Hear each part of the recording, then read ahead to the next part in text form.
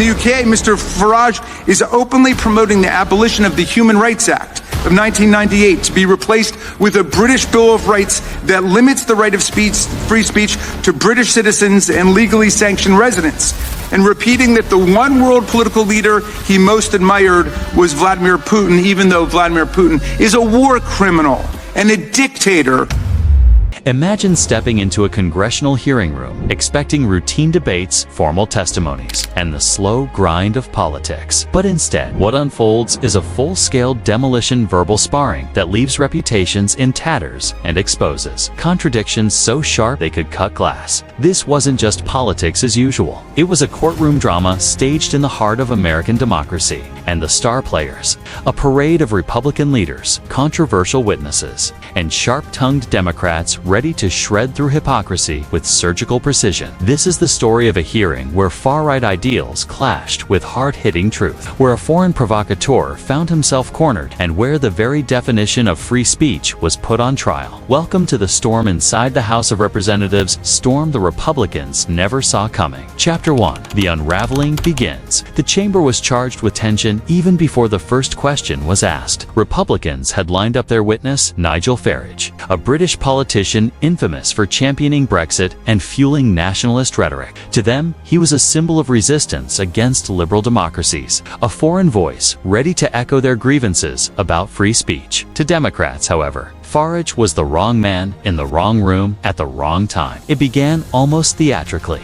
Representative Jared Moskowitz, a Democrat known for his sharp tongue, wasted no time drawing blood. His line of questioning cut straight into Farage's contradictions. "Do you think the Epstein files should be released?" Moskowitz asked pointedly. Farage squirmed. He mumbled about not having an opinion, insisting he was there to discuss free speech, not legal processes. But Moskowitz pounced like a prosecutor who already had the evidence in hand. "Really? Because you've already called for their release. Do you agree with yourself or not?" The room erupted. Farage stumbled, contradicting his own record, leaving the impression of a man caught in his own trap. The exchange wasn't just embarrassing, it was devastating. For Republicans, their star witness had just been publicly humiliated before the first hour was even done. But Moskowitz wasn't finished. He pressed harder, peeling back layers of Farage's purpose. "You're leaving the hearing early. Where are you going?" Farage stiffened, fumbling over his words. "Lunch plans. A vague appointment." Finally, Moskowitz cornered him again. "You're meeting with Donald Trump, aren't you?" The silence that followed was louder than any admission. Farage refused to confirm, but refused to deny, his evasiveness speaking volumes. It was clear, the hearing wasn't about free speech at all. It was another stage set for Trump's shadow agenda. As Farage awkwardly excused himself, the room smelled of defeat, not for the Democrats, but for the Republicans who had gambled on a foreign nationalist to defend their narrative. If Moskowitz's dismantling wasn't enough, the next blows came from Representative Jamie Raskin, a seasoned orator with a reputation for cutting through pretense. His words weren't questions, they were indictments. Republicans, Raskin declared, could have invited human rights leaders, journalists fighting oppression, or survivors of authoritarian crackdowns. Instead, they brought Nigel Farage, a man who praises Vladimir Putin and calls England authoritarian, while ignoring dictators who silence dissent, imprison journalists, and crush protests. Every sentence landed like a hammer. Raskin didn't just attack Farage, he exposed the Republicans' entire strategy. While the world grappled with authoritarian threats from Russia, China, and Saudi Arabia, Republicans were busy vilifying Europe, America's closest allies. The contrast was glaring. While Democrats demanded accountability for crimes like child exploitation, corruption, and the erosion of democratic norms, Republicans played defense for a man who once called Putin the world leader he most admired. And as Raskin spoke, cameras caught Farage shrinking in his seat, visibly uncomfortable under the weight of truth. For someone who styled himself as a warrior for free speech, he looked more like a fugitive from accountability.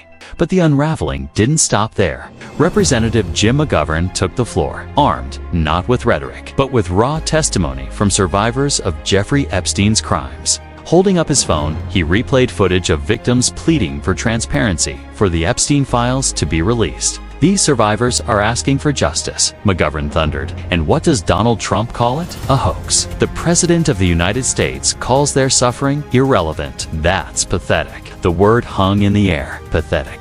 And McGovern wasn't afraid to wield it like a weapon. He turned his aim at the Republican committee members who had voted against releasing the files. Every single one of you claims to want transparency, yet every single one of you blocks the truth. That's not just hypocrisy, it's cowardice. The chamber felt like a courtroom. Republicans on the defense, their contradictions exposed. The Democrats weren't just winning arguments, they were narrating a larger story, one of a party so consumed with shielding Trump that they abandoned justice and even common sense. As the day pressed on, theme emerged again and again. Republicans were being cornered not just by Democrats, but by their own contradictions. Representative Joe Neguse summed it up with biting clarity. Every time you speak, it's Biden this, Biden that, Negus mocked. Is that all you've got? Complaining. What about solutions? What about vision? It was a devastating critique, not just of the hearing, but of the Republican agenda itself. And then came the final gut punch of the chapter. McGovern pointing to a plaque still boxed, still unhung, that Congress was legally required to display in honor of the officers who defended the Capitol on January 6th. Instead of wasting time on sham hearings, he said, voice rising, pick up a screwdriver and hang the damn plaque. Honor the heroes who defended this institution.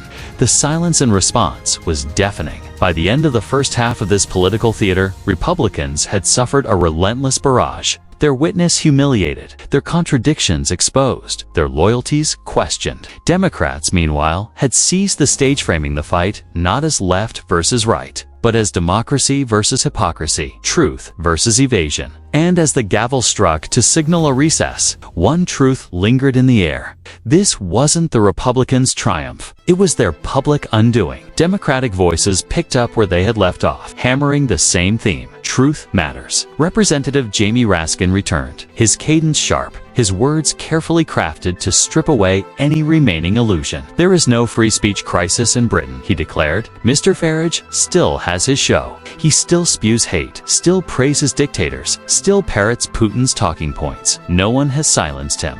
But here in America, we do have a crisis because Donald Trump and his allies want to crush speech they disagree with. It was a masterstroke. Republicans had tried to paint Farage as a martyr for free speech. Instead, Raskin flipped the script. Farage wasn't the victim Americans were.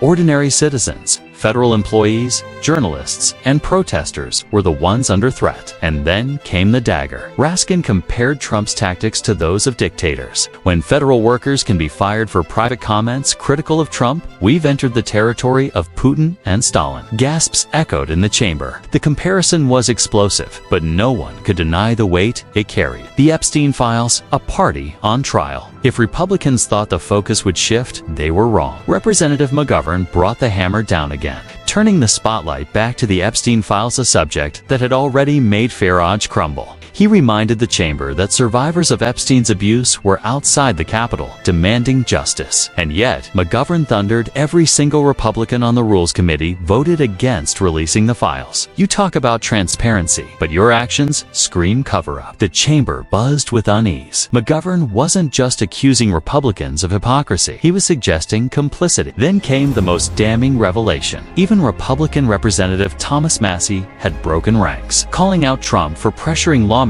to block the files. Massie admitted it was unprecedented for a president to label justice for sex trafficking victims a hostile act. It was a rare crack in Republican unity. And in politics, a single crack can become an avalanche, exposing the hollow agenda. Representative Joe Neguse took the stage once more, his tone biting. He accused Republicans of being obsessed with President Biden, while offering nothing substantive to the American people. Every sentence from your side, he said, with mock exasperation, is Biden this, Biden that? Do you have any solutions? Or is whining your entire strategy? The room stirred with laughter from Democrats and grim silence from Republicans. Neguse's words cut deep because they rang true. The hearing wasn't about free speech. It wasn't about justice. It wasn't even about policy. It was about distraction, smoke, and mirrors to shield Trump from accountability. And Neguse wasn't done. He pointed to rising energy costs, reminding the chamber that under Trump, Americans paid more for electricity than ever before. So spare me your outrage, he snapped. Your answer to everything is coal and complaints. It was political theater at its sharpest, facts deployed like weapons, dismantling Republican talking points one by one, the plaque that never hung. As if to drive home the emptiness of Republican leadership, McGovern raised one final point: the plaque. Required by law, the plaque honored the officers who defended the Capitol during the January 6th attack, yet it remained hidden in a box, collecting dust. Every day that plaque sits unmounted is another day Republicans dishonor the heroes who defended this institution, McGovern declared. His voice was heavy, almost sorrowful. Instead of wasting time with sham hearings, why not pick up a screwdriver and do your duty? The image was devastating. While Democrats fought for justice and accountability, Republicans couldn't even hang a plaque to honor fallen heroes. Symbolism doesn't get starker than that. Faith, guns, and deflection. Desperate to change the subject, Speaker Mike Johnson tried to pivot. He accused California Governor Gavin Newsom of mocking prayer after a school shooting, framing Democrats as anti-Christian. But the attempt fizzled. Democrats quickly reframed the debate.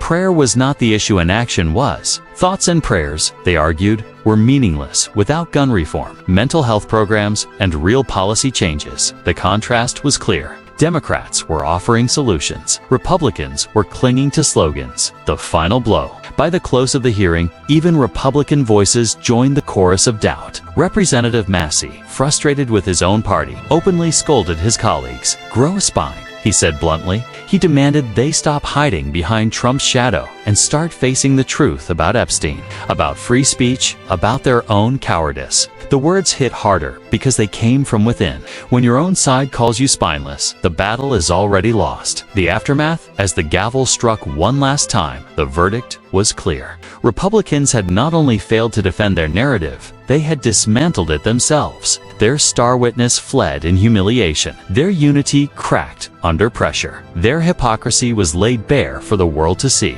Democrats, meanwhile, walked away with more than political points. They had reframed the debate around truth, justice, and democracy itself.